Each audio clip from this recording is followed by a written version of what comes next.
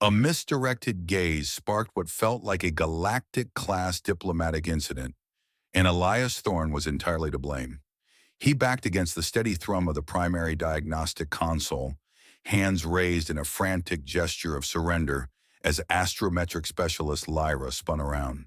Her crystalline scales flushed a deep, panicked violet, a pure physiological reaction, sending her secondary heart hammering against her ribs. He had been staring. Worse, staring right at the delicate dermal ridges swooping down the center of her lower back. The silence was agonizingly heavy. To Elias, it was a terrifying surge of emotional whiplash. To Lyra, an overwhelming invasion of xenophysiology defying all strict Sylvane logic. She stepped forward, ridges shifting to defensive crimson. 10 minutes ago, this was just a simple, quiet repair job in the lower plasma core chamber.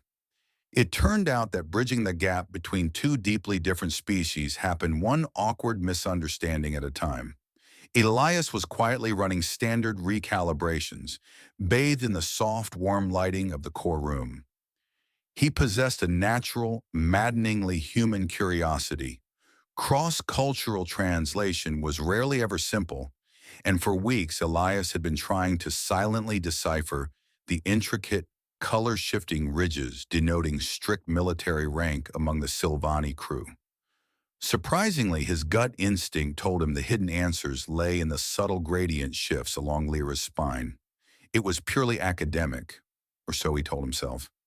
She was brilliant, always demanding absolute mathematical precision, while he readily offered chaotic, rambling human stories whenever they shared a workstation. Now, he covertly studied the qualification ridges on her lower back while pretending to read the scrolling plasma metrics. In fact, he was completely oblivious to the heavy cultural static his prolonged attention generated. To a human, a lingering look was harmless curiosity. To a Sylvani, sustained observation of the primary dermal ridges was an act of profound, almost unbearable intimacy. It was the raw genesis of a primal connection. Lyra had literally felt the weight of his gaze like a physical touch. Her ridges were highly sensitive thermal receptors. The steady warmth radiating from the human's fiercely focused attention made her breath hitch in her throat. It was baffling biology. Her people simply did not share casual warmth. Yet there was a strange, invisible line forming between them, a quiet and persistent pulling force. The tether, and then the comfortable quiet broke. Lyra abruptly turned around, catching Elias staring directly at her lower back. The low ambient hum of the plasma core vanished as the engineering crew froze. She stood rigid, scales flashing rapidly through startled hues. Elias panicked completely. His face burned incredibly hot as he stumbled over his tongue. He loudly blurted out a highly technical, totally accurate breakdown of her rank ridges, desperately trying to prove his purely academic intentions. When studying alien hierarchy becomes a masterclass in human vulnerability, there is simply nowhere left to hide. He stammered out geometric angles and color frequencies, his deeply embarrassed voice echoing awkwardly off the metal bulkheads. Elias finally ran out of breath, his panicked recitation ending in a pathetic, nervous squeak. The air was incredibly thick. Everyone waited for the inevitable formal reprimand. Then Lyra's rigid posture simply melted.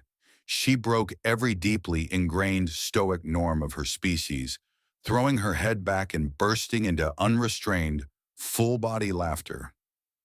It was weaponized awkwardness at its very finest, completely shattering the diplomatic landmine Elias had just blindly stepped on. The surrounding engineering crew slowly dispersed, utterly baffled by the display. Ironically, his mortifying outburst was the exact moment the wall between them crumbled forever. Following that day, Lyra began seeking Elias out. Their accidental encounters rapidly morphed into deliberate, scheduled meetings. She officially called them cultural exchange sessions in the ship logs. In reality, it was a delicate, daily dance navigating the precarious balance between strict professional duty and growing personal attachment. She still demanded absolute mathematical precision in her star charts, but she frequently found herself lingering at his station just to hear his chaotic, rambling human stories. Her crystalline scales would flush a soft peach hue whenever he smiled, her secondary heart finding a steady, comforting rhythm whenever he was near. But the quiet routine was eventually shattered. The UFS Horizon blindly hit an uncharted quantum fracture field. Distant, muffled impacts rattled the ship's hull, throwing the crew into absolute panic. Lyra was locked at her primary console, frantically calculating escape vectors until her hands trembled violently. Her sensitive thermal ridges faded to a terrifying, sickly gray as she pushed herself toward utter physical collapse. Elias ignored ship hierarchy entirely. He bypassed the frantic senior officers, pulled up a small diagnostic chair beside her, and sat down. He did not offer complex technical solutions. He offered humanity. He began to talk, keeping his voice incredibly low and steady. He spoke for hours about Earth, about quiet rainstorms and ancient, warm coffee shops. He used his terrifying human capacity to care to manually stabilize her spiraling stress patterns. His constant, gentle presence anchored her racing mind until she finally mapped the safe route out of the deadly field. In the heavy exhaustion of the aftermath, sitting under the soft emergency lighting, Lyra slowly leaned her head against his shoulder. Her breathing hitched, but she did not pull away. She explicitly defined the romantic nature of their bond right then and there, leaving absolutely no room for xenocultural misunderstandings. They subsequently secured formal command approval to date, ignoring the highly confused whispers surrounding coalition regulations. When the UFS Horizon finally completed its long tour, Elias and Lyra accepted separate career postings, initiating an agonizing 18-month separation. Yet the invisible tether held firm. Both completed their grueling individual assignments, maintaining their deep connection across the lonely light years through endless, whispered transmissions. And when the wait was finally over, Elias stood waiting on the quiet observation deck of Omega Outpost. The heavy airlock hissed open, releasing a cloud of atmospheric vapor. Lyra stepped through, her complex dermal ridges flushing a brilliant, unmistakable gold of pure joy. They jointly accepted a permanent co-assignment at a mixed-species research hub, ensuring the only distance between them would be a shared console.